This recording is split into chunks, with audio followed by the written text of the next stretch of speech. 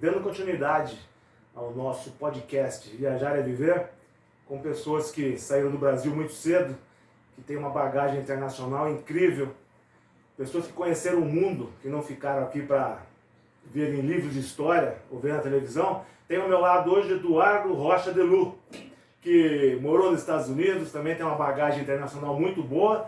Estudou em Harvard, né, Delu? Estudei lá. Tem bastante história bacana para contar. E qual a história que você mais tem saudade de acontecer com você lá em Harvard? A Harvard foi uma coisa boa que aconteceu quando a gente viaja, né? Eu fui para os Estados Unidos para estudar e comecei numa escola lá do governo e depois eu fui para Harvard, né?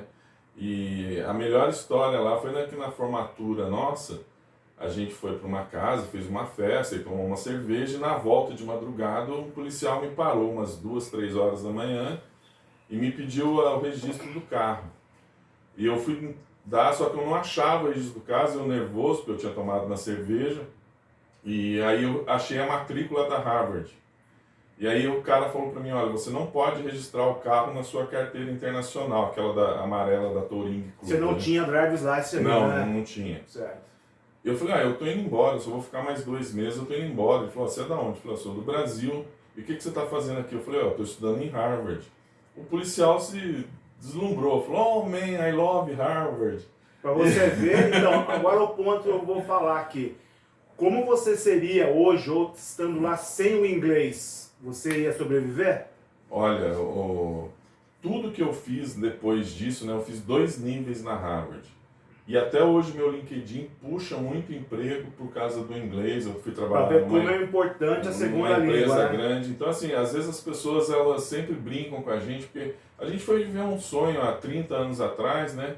De ir para os Estados Unidos, aí a gente entregou pizza. Era o entregou glamour, né? Nos Estados Unidos, todo mundo queria ir para lá. Entregou jornal. Por causa da situação política do Brasil, todo mundo queria fugir, né? E aí as pessoas falam, ele morou lá, mas ele entregou pizza, mas... na verdade, a pizza, o jornal, era um meio que a gente tinha para poder estudar, para sobreviver. Então era a forma que tinha de estar estudando, era trabalhando. E também, que rendia um bom dinheiro, né? Eu até tenho uma amiga minha que sempre me lembra dessa história. Uma vez eu falei para ela assim, olha, entregar pizza foi o melhor emprego que eu tive na minha vida. Porque eu ganhava ali uns 2.000, 2.500 dólares por mês, né? Dependia do seu inverno com neve, né? Sim. Você trabalhou lá. E aí, você não levava dor de cabeça para casa, você levava ali 80 dólares, 100 dólares toda noite. Era só alegria, né? E não tinha dor de cabeça. E isso me fortaleceu muito como pessoa, que depois que eu voltei para o Brasil, que eu comecei a trabalhar, montei uma empresa, eu sempre falava, agora eu posso arriscar mais, agora eu posso ser mais, porque se der tudo errado, eu vou entregar pizza. E graças a Deus não precisou. Graças a Deus você tem o inglês, né? Sim, sim. Por isso que eu falo, começando esse bate-papo aqui com meu amigo Eduardo Rocha de Lu, o inglês é primordial. Que nem todo mundo pergunta, você foi para os Estados Unidos falando inglês? Você faz um cursinho básico aqui, mas chegando lá você tem que aprimorar porque você não entende nada do que eles falam. Então o inglês foi primordial na sua vida, né? Não, fundamental. Tudo que eu fiz depois, né? Eu era analista de sistemas, tudo Trabalhou em inglês. na Embraer, né? Placa, trabalhei na Embraer, tudo por causa do inglês, né? Hoje, qual é o seu principal ofício hoje que você está fazendo? Hoje eu mudei totalmente de área, né? Eu comecei a trabalhar com turismo, tive uma pousada, fui secretário de turismo. E hoje eu trabalho num sindicato patronal de hotéis e restaurantes, voltado também, de certa forma, para o turismo. E você tem um sítio lá em Monteiro Lobato, né? Tenho um sítio ali na estrada de São Francisco Xavier, que hoje é alugado, e é uma pequena pousada lá. Quer dizer, colabora com o turismo, né? Isso. Aquilo lá é meu sonho, né? De um dia ir para lá, a gente tem filho, então a gente está focado o sonho é morar na Europa, né, Leandro? Não, isso também. Aquilo lá vai ser aposentadoria, Também. Esse é um sonho meu, da minha esposa. A minha filha já está morando lá. Isso, né? Você me falou, sua filha está estudando em Coimbra, né? Ontem ela voltou para Coimbra, né? Ficou lá 1 ano, aí fez o Erasmus, ficou 6 meses em Bolonha, na Itália. O que ela estuda lá? Ela está fazendo letras. E assim, vive me falando, pai, semana passada apareceu um emprego no Airbnb, consultorias americanas para quem fala várias línguas. Certo. Tá vendo? O inglês, mais uma vez, é importante, né? Ela já fez o high school aqui, já foi com high school para lá, então é fundamental, né? É básico, não é? E são histórias também, que mais um adendo que eu coloco. com cidadania, com documentos, entendeu? Tudo isso abriu um leque, né? Um leque de opções, né? Falando inglês, com documento, indo novo, descobrindo novas experiências, entendeu? Tudo isso é importantíssimo na vida, né? Sim, sim, ela vai fazer 21 anos, ela veio passar férias aqui. Pai, não volto mais, só para passar férias. Quero aproveitar a Europa, gostou muito, se adaptou muito bem. E diz pra mim, sua paixão, é paixão por viagem, o que você acha de viajar? O que você se sente, como é que você se sente viajando? O que você mais gosta? Ah, como eu disse, viajar é uma paixão, né? E paixão a gente não escolhe. Ela acontece dentro da gente e depois que eu morei nos Estados Unidos, foi até eu voltei, né? E não consegui emprego, foi as décadas perdidas, né? Os anos Sim. 90, 2000 que não tinha emprego, tinha uma qualificação legal, falava inglês.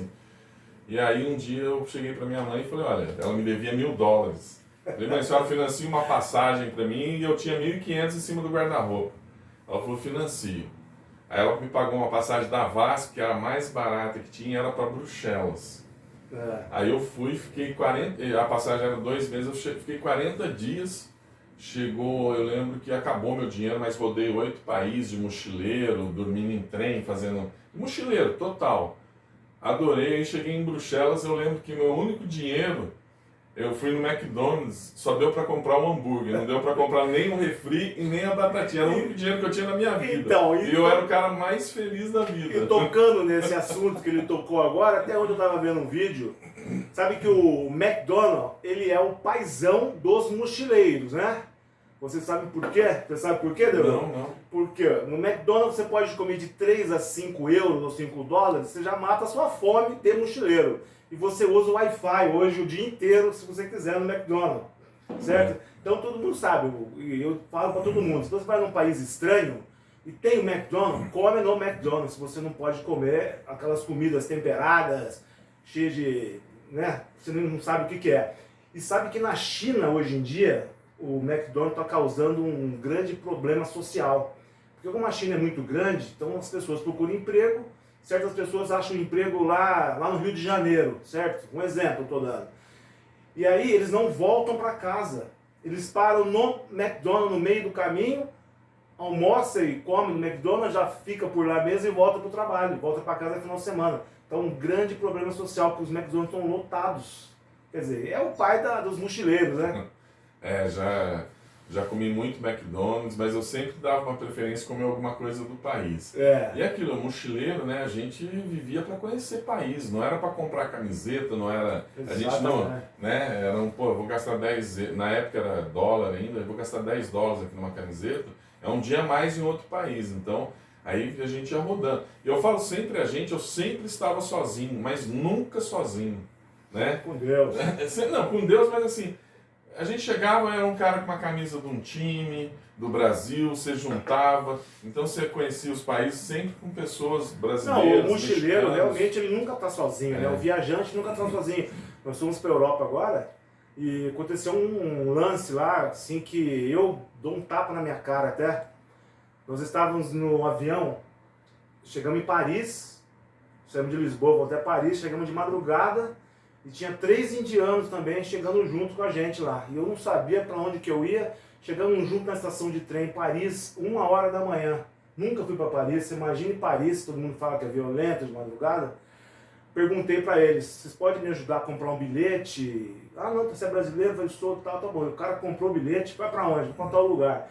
Os 3 foram conosco até a estação de trem que a gente ia descer e nos levou na rua onde íamos nos hospedar. Fica na Chapelle Station lá, até lembro, no Hotel de la Poste. Cara, eu agradeci tanto, daí eles falaram, só que o Rogério, né, ele falou, eu falei, meu nome, nós não somos indianos, somos de Bangladesh. Eu falei, nossa, me desculpa. Eu falei, não, tudo bem.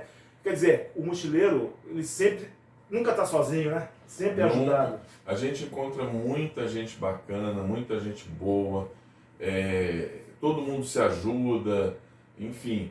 Depois a gente tem que fazer outros, porque assim, eu fiz o caminho de Santiago, Isso, né? eu queria que você 2 dissesse isso também. Você fiz o caminho de Assis. Não, você é um cara que tem uma experiência, uma bagagem internacional incrível. E se desse, ficava até amanhã conversando, mas... Tem bastante. E agora, qual foi a sua primeira vez no Caminho de Santiago? O que você, ao final, sentiu? O que você trouxe de experiência de lá? Então, assim, foi em 1999, né? Fui nessa coisa de mochileiro e acabou indo um primo meu comigo. E a gente ia ficar uma semana no caminho, a gente acabou ficando 10 dias no caminho até Santiago. Certo. E a gente saiu de Ponferrada e fomos andando. Eu machuquei o pé. Onde fica essa cidade? Na Espanha, no norte da Espanha. E aí eu machuquei um dia eu tive que pegar uma condução de uma pessoa que levava mochila para uma serra lá. E depois nós tomamos um vinho, contou várias histórias, até amigo do Paulo Coelho. Então, assim, história uma puxa a outra, né? Se for, a gente vai. E depois aí o mochileiro é cheio de história, né? Nossa, né? E todo mundo tinha um pão, um outro tinha um vinho, um outro tinha um refrigerante, outro tinha um salame. Todo mundo sentava, gente do mundo inteiro. O que mais me marcou, colocava aquilo tudo na mesa, né? Aí você queria o refrigerante do francês, o salame do outro, aí todo mundo pegava e se sobrava, todo mundo recolhia o seu. E ninguém falava, oh, você come muito, você está pegando o meu. Era uma... Então todo mundo se ajudando. E o mais gostoso disso é essa irmandade que cria numa viagem. Exatamente. Né? As pessoas, tem muita gente boa, muita então, gente quer dizer, mesmo então, no Caminho de Santiago, a sua história foi que um depende do outro. Exatamente. E esse dia que eu estava machucado, até um amigo meu me tirou um sarro, depois eu conto a história.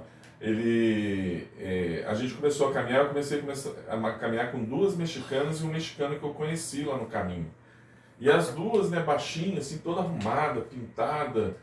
E depois, né, quando chegou em Santiago, tava aqueles maltrapilhos lá. Mas aí eu machucado e eu andava e não conseguia acompanhá-los.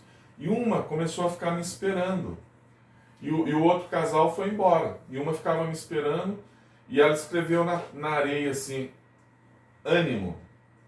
É uma palavra que, né, tá muito... Aí eu contei isso pro meu amigo e falou assim, pô, mas você foi lá para descobrir isso? Falei, não, cara, o sentido da coisa no momento que você precisa certo faz uma diferença na sua vida. Então ela falou assim, Eduardo, ânimo. E ela escreveu na areia lá, ânimo. E eu tirei uma foto dessa. Então, depois disso, todas as vezes que eu estou vacilando com alguma coisa, no trabalho, na família, nos amigos, eu lembro daquela frase, ânimo. Então, assim, é uma coisa simples, porque tem gente que acha que você vai encontrar duende, vai encontrar não sei... Não, é uma coisa concreta que aconteceu. Agora em 2019, quando completou 20 anos... Você foi de novo, Fui de novo, eu fui pelo caminho português, né, saí do Porto e fui, fantástico também. Então assim, e essa solidariedade eterna, né, cara? Todo mundo se ajudando. Então você, quer dizer, você teve o seu propósito, né? Você viu que não dá para viver sozinho, né? Um depende do outro, né? Mas essa abertura que as pessoas têm, elas não têm no dia a dia da gente. E eu sempre falo, o viajar, eu acho que é quando a gente se chega mais próximo do que a gente é. Por quê?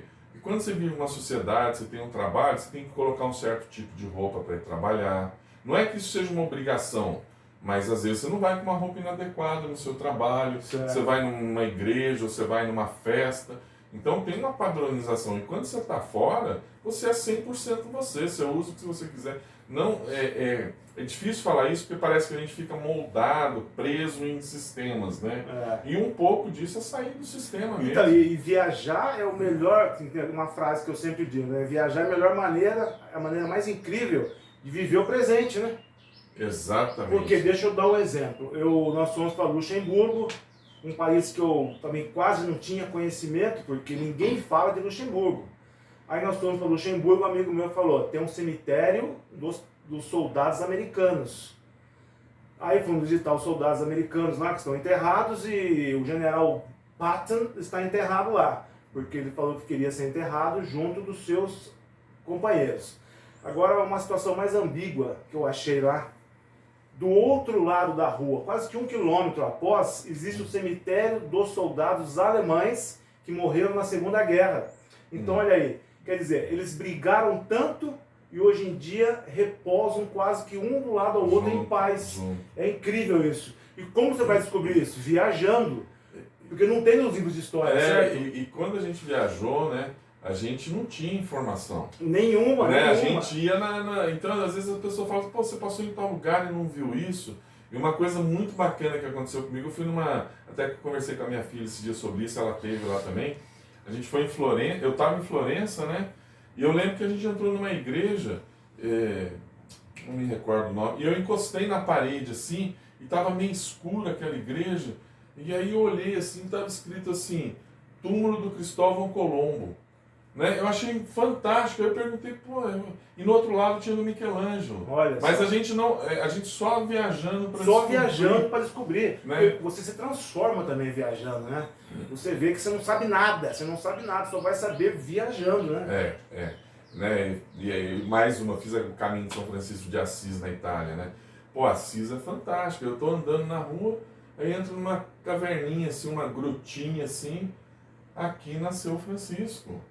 Daqui a pouco isso talvez lá eles falam que não tem certeza, mas talvez seja o primeiro presépio que foi feito no mundo, né? Olha só. Então são essas pequenas surpresas, né, que motiva a gente e isso tudo que a gente fala, né, Rogério? Parece que a gente está justificando uma viagem não tem justificativa, é o sentimento que tem dentro que a gente quer. E a gente fala, a gente foi em tal lugar. Mas às vezes você está, né? Esse dia eu estava sentado numa estação na Itália lá, sozinho. Cara, eu me sentia tão bem, parecia uma coisa de outro mundo, que a gente fala, o cara tava louco, o cara tava... Né? É só quem faz pra sentir mesmo, né, cara? E a gente fica falando, fiz isso, aconteceu isso, e parece que a gente está justificando que viajar é bom. E não é, viajar é o interior. É o interior da gente. Sente, né? A gente chegou agora de viagem, ficamos 25 dias lá na Europa, a gente quer viajar de novo, entendeu? Mas foi cansativo, porque foram erros e acertos, né? Eu digo, erros foram que nós fomos em muitos lugares, andamos demais, chegamos até a nos cansar, mas um ótimo cansaço, né?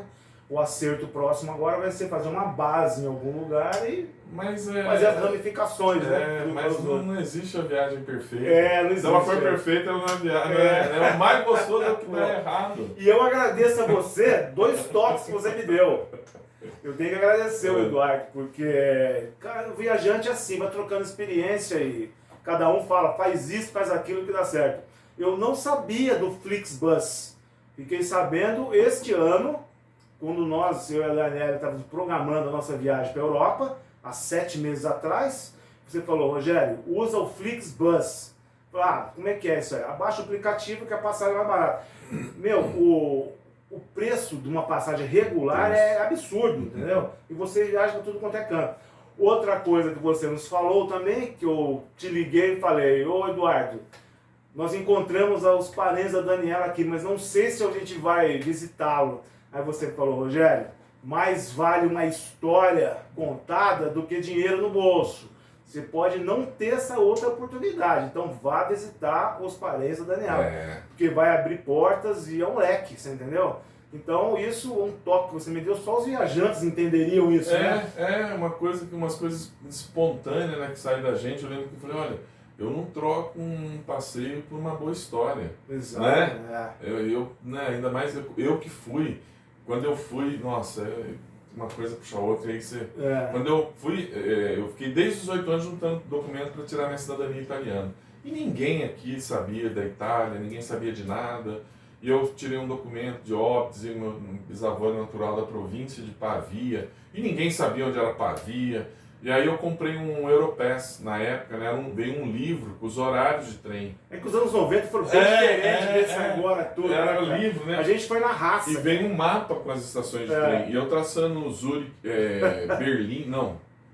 Zurique, Milão, passou por Pavia. Olha só. Aí falei, pô, já que eu vou estar lá, né? Fui lá, aí mandaram eu para outra cidade, achei meus documentos, achei meus parentes. Depois eu já fui mais umas 4, 5 vezes, eu fico na casa deles. Agora eu fui com a minha filha apresentar a minha filha, porque minha filha está na Itália. Sim. Eles deram maior apoio a qualquer coisa, ela só vir, né? É perto de Milão, ali, Pavia, né? Então, são coisas assim...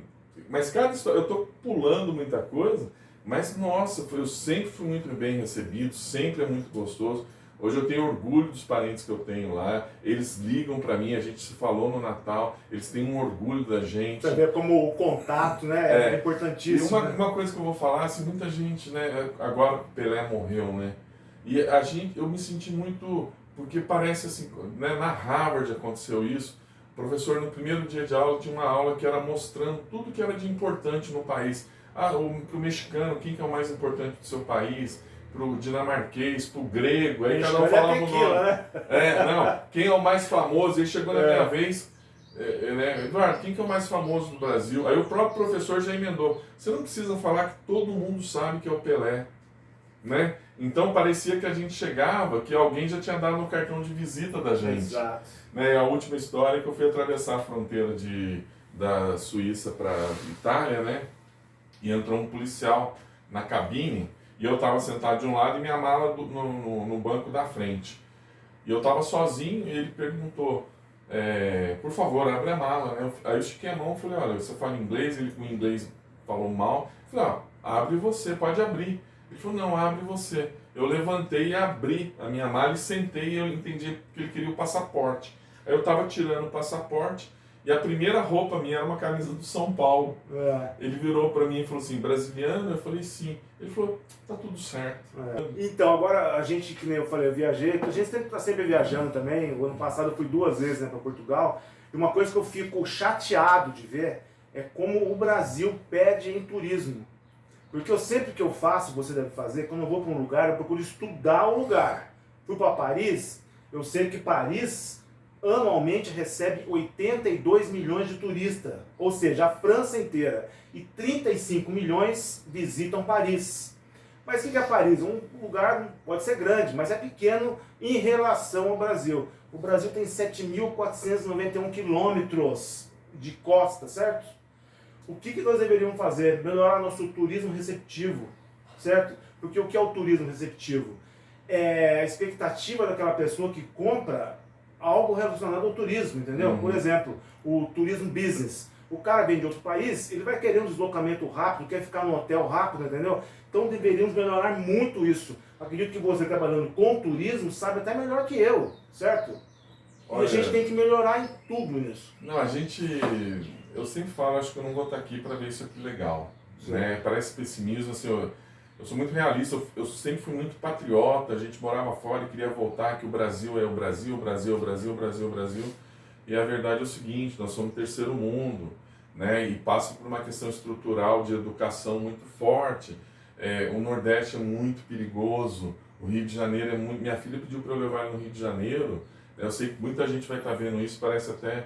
E a gente fica com, né? Você erra uma rua, medo, né? O que pode acontecer? Né? Não dá para generalizar, mas assim, e outra, o Brasil é um país muito caro, né? A gente que foi para a Europa, a gente tem todos os níveis de turista. E aqui o turismo só é bom para quem tem muito dinheiro. Exatamente. Por exemplo, eu não tenho vontade ou condição de ir para o Amazonas e pagar 20 mil reais num bangalô no meio da floresta. Um cruzeiro no Rio Amazonas lá, você paga 12 mil reais. Então, é isso. Sendo que aqui não se pega um cruzeiro, eu trabalhei em cruzeiro, com 4 mil reais você fica numa cabine com um varanda, certo? Então a gente fala, né, o Brasil é um país lindo, infelizmente a questão do turismo no Nordeste é muito turismo sexual, não sei nem se é legal falar isso aqui, mas é uma questão estrutural muito grande. A gente comentou antes um pouco assim, a melhor gente para trabalhar é o turista, porque para o cara ser turista ele tem 2 coisas básicas, ele tem que ter dinheiro e tempo. E quem tem dinheiro e tempo, meu amigo, está feliz, não tá com problema. Vai ser triste lá em Paris, vai ser triste em Paris, né? Vai passar frio em Roma, sei lá, faz qualquer negócio. E essa questão estrutural, a gente está trabalhando, né, para trazer um evento aqui para São José muito bacana, internacional, mas a questão a gente fica muito preocupado com a segurança, né, com a estrutura, os aeroportos também. Você que trabalha com turismo, né, sabe que existem vários tipos de turismo, né? Sim, o turismo business é negócio, o cara vem fazer negócio, fica um dia. Tem o turismo acadêmico, são pessoas que vêm de fora estudar em São José ou outra cidade. Tem o ecoturismo, que aliás você tem seu sítio lá, deve fazer um ecoturismo. E sabe que tem o turismo religioso, por exemplo, aqui em São José, tem os ônibus aqui, freta, vai para Aparecida. E um turismo que me deixou abalado até, aqui em São José dos Campos tem o turismo médico-hospitalar. Sabia disso? São José tem 725 mil habitantes hoje. Inscritos no SUS, 1,5 milhão. Quer dizer, é um negócio de se pensar também, né? Mas isso quem resolve são as autoridades. A gente está falando da questão estrutural. É, Né? Realmente estrutural. é uma cidade, vocês podem ver aí, né? É uma das melhores do Brasil em qualidade de vida, né? Smart City, tem um monte de coisa. A cidade de 500 mil habitantes é a mais segura do Brasil. Só que é isso, a gente escuta, vê gente muito de fora para vir se cuidar aqui. E assim, o primeiro turismo aqui é o hospitalar, o segundo é o pedagógico, o terceiro é o de serviço e o quarto é o de negócio. Ah, sim, ó, tá né? vendo? E a gente estuda Já muito não isso. sabia disso, tá vendo? A gente estuda muito isso para orientar os hotéis, os restaurantes, mas e tem a parte do ecoturismo São Francisco Xavier, né? Exatamente, que é do lado, né? Que virou um point. Quer dizer, mas eu queria chegar no assunto daí. Como nós somos ricos em turismo aqui, mas a questão estrutural vai afetar tudo, entendeu? Agora, uma coisa que eu mais fico surpreendido, eu trabalhei na Navio de Cruzeiro, e quando nós aportávamos na Bahia, Salvador, eu fui antes da Copa e depois da Copa. Antes da Copa era um cercadinho. Isso falando do turismo receptivo, tá? A hora que desciam os turistas, muitos estrangeiros, os taxistas vinham igual louco em cima deles, entendeu? Mas era, na verdade, para ludibriar os turistas, porque os turistas queriam ir para o Pelourinho. Cobrava assim R$30 para chegar no Pelourinho. Eu fiquei sabendo disso. Aí eu chegava à noite nos meus guests, né? E falava, gente, é só pegar o elevador Lacerda, que custa 25 centavos, vocês já estão no Pelourinho, entendeu? Isso é um negócio que eles teriam que aprender, teriam que melhorar, porque não é assim que se trata um turista, né? Mas, voltando ao assunto Europa, Delu, qual país que você mais tem saudade, você mais gosta, moraria, se sente em casa? E o lugar que eu moraria, por ter sangue italiano e português, eu sempre falo, eu tenho vontade de ficar pelo menos um pouco em cada país. Mas Portugal eu me sinto muito bem. É um país fácil, é um país simples, gostoso. Fala a mesma língua, né? Fala a mesma língua. Não é tão burocrático igual outros países, né? Mas o que eu também, na verdade, você também me deu esse toque e eu percebi anos depois, né? Depois de muito tirar sarro de mim. Falava, Delu, eu quero agitar. Eu falei, cara, qualidade de vida. Ele ficava, Delu, não quero qualidade de vida, não. Eu quero ir para os Estados Unidos. Meu sonho é voltar para os Estados Unidos. Mas depois que ele me deu esse toque, você indo como turista é uma coisa, indo morar é outra coisa. Realmente, Portugal e Itália. Mas agora eu fiquei apaixonado pela Espanha. A Espanha é fantástica. Espanha. Sevilha... Eu acho que os países latinos, né? A gente se sente... Os outros países a gente passa, realmente é mais frio, mas não que eles não sejam educados. Exatamente. Não, o frio até é gostoso. Luxemburgo é um país maravilhoso. Mas a Espanha, principalmente Sevilha, por ter a proximidade ali com o norte da África, sendo o sul da Espanha, o clima é mais gostoso, as pessoas são diferentes, você pode sair na rua à noite não todo encapotado, entendeu? Então, quer dizer, isso te anima, né? Eu fiquei apaixonado por Sevilha. Moraria lá tranquilo. E é pertinho de Portugal, né? E é pertinho de Portugal, fui de ônibus pra lá, entendeu? E Delu, e aí, você tem alguma viagem marcada, próximo, pretende fazer o quê? Então, a gente tem alguns planos, né? A minha filha tá lá, agora voltou para Portugal, né? A gente quer visitar ela lá, mas não tem nada marcado ainda. Sim, mas ficaria já morando lá, né? Fácil.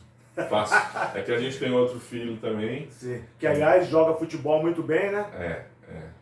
E já tem até um contato de fora, né, pra gente, da Itália. Tá com quantos anos agora? Ele tá com 15. Joga no Taubaté, né? Tá jogando no Taubaté. E o futuro, como diz, Deus encaminha a gente, né? Mas tem futuro mesmo, né? Tem. Agora depende mais dele do que da gente, né? Sim. Oportunidade, já tem a cidadania também. A gente sempre fala com documentação, fica tudo muito mais fácil. Tudo muito mais fácil, claro. A questão do aeroporto é ridículo, né? Não, a gente ia para os Estados Unidos, ficava raio-x e não sei o que, entrevista. Lá você passa na máquina, eles nem olham para sua cara. A máquina abre, fica verde. Você acha que vai encontrar com a polícia na outra guarita. Estou na Europa. Você está na Europa. Não, é incrível, realmente. Para morar fora, a pessoa, é legal morar fora, é muito bom morar fora, morar no exterior. mas documentado, viu? Porque ficar ilegal não dá, né? Nós sentimos na pele isso nos Estados Unidos, né? Então, morar legalmente lá. Coisa que eu ia perguntar pra você, qual a comida que você mais sente falta também na Europa, lá de Portugal principalmente? Olha, eu até dei a dica que você não foi. É lá no Pombeiro. Eu conheci o São Manuel através de um programa de televisão. E aí eu fui, comi uma francesinha, é diferenciada lá. Sanduíche francesinho. Um sanduíche, sanduíche, né, com uma massa folhada, com molho de cerveja, de vinho do Porto, é fantástico. E o bacalhau, né? O bacalhau é demais, não tem jeito. E tanto é que eu e a Daniela nós fomos agora, daí a gente foi para Viseu e o pai dela é da freguesia de Viseu, não, freguesia de Carregal do Sal, sendo a principal cidade ali, Viseu. E aí ela ficou muito feliz, eu fiquei até emocionado também, que ela foi visitar a terra que o pai dela nasceu, chama Carregal do Sal. Essa viagem também foi bom por causa disso, entendeu? E eu pude ver uma coisa que pode até me criticar, mas muitos falam, o melhor país do mundo para se morar é o Brasil. Eu já discordo totalmente agora, eu não sei você. A gente ainda tem uma qualidade de vida bacana aqui, né? Sim. Mas com muita restrição, né? A gente vive em bolhas, né? Sai de uma igreja, vai para um trabalho, vai para casa, para um condomínio, vai para um... E tudo vigiado, com medo, cercado. Tudo, né? Olhando se não tem gente na rua, se não tem... E esse dia eu liguei para minha filha, ela falou que teve uma festa lá em Bolonha, e a festa acabou, era 1h30 da manhã, e tinha umas 30 pessoas e eles foram para a praça tocar violão. E chegaram lá e encontraram mais umas 20 pessoas da universidade, tocando violão também. E ficaram até às 5 da manhã. Cara, eu achei isso fantástico, né? Ela falou, pai, eu vou ali na praça ficar até às 5 da manhã. Você fala, você tá louco, você não vai.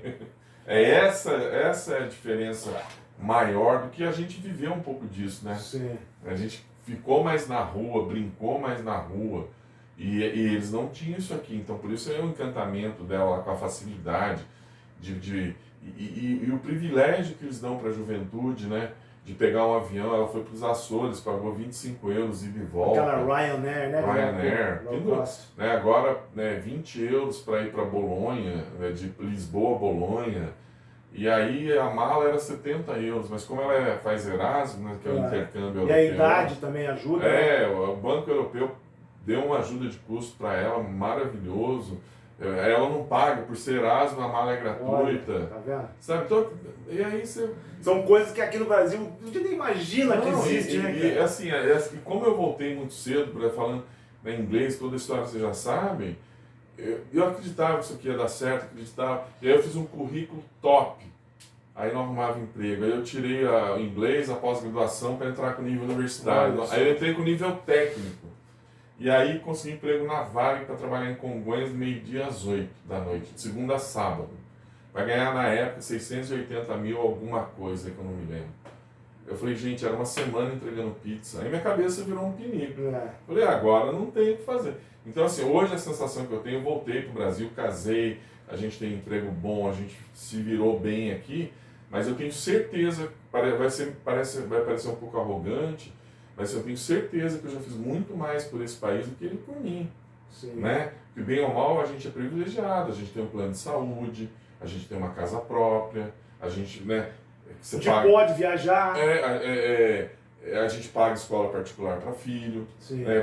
Me desculpe se está parecendo arrogante, mas é uma realidade que a gente tem que se... E olha, eu saí lá de baixo, não é? E aí, o problema não é você criar seus 2 filhos, o problema é você carregar meia dúzia de gente que não quer trabalhar. Exatamente. Né? Que não quer. Então, essa sensação de trabalhar demais e ter pouco, e eu tô falando, aí você olha para o lado, você olha para as outras regiões, tá muito pior, né? Então, enfim...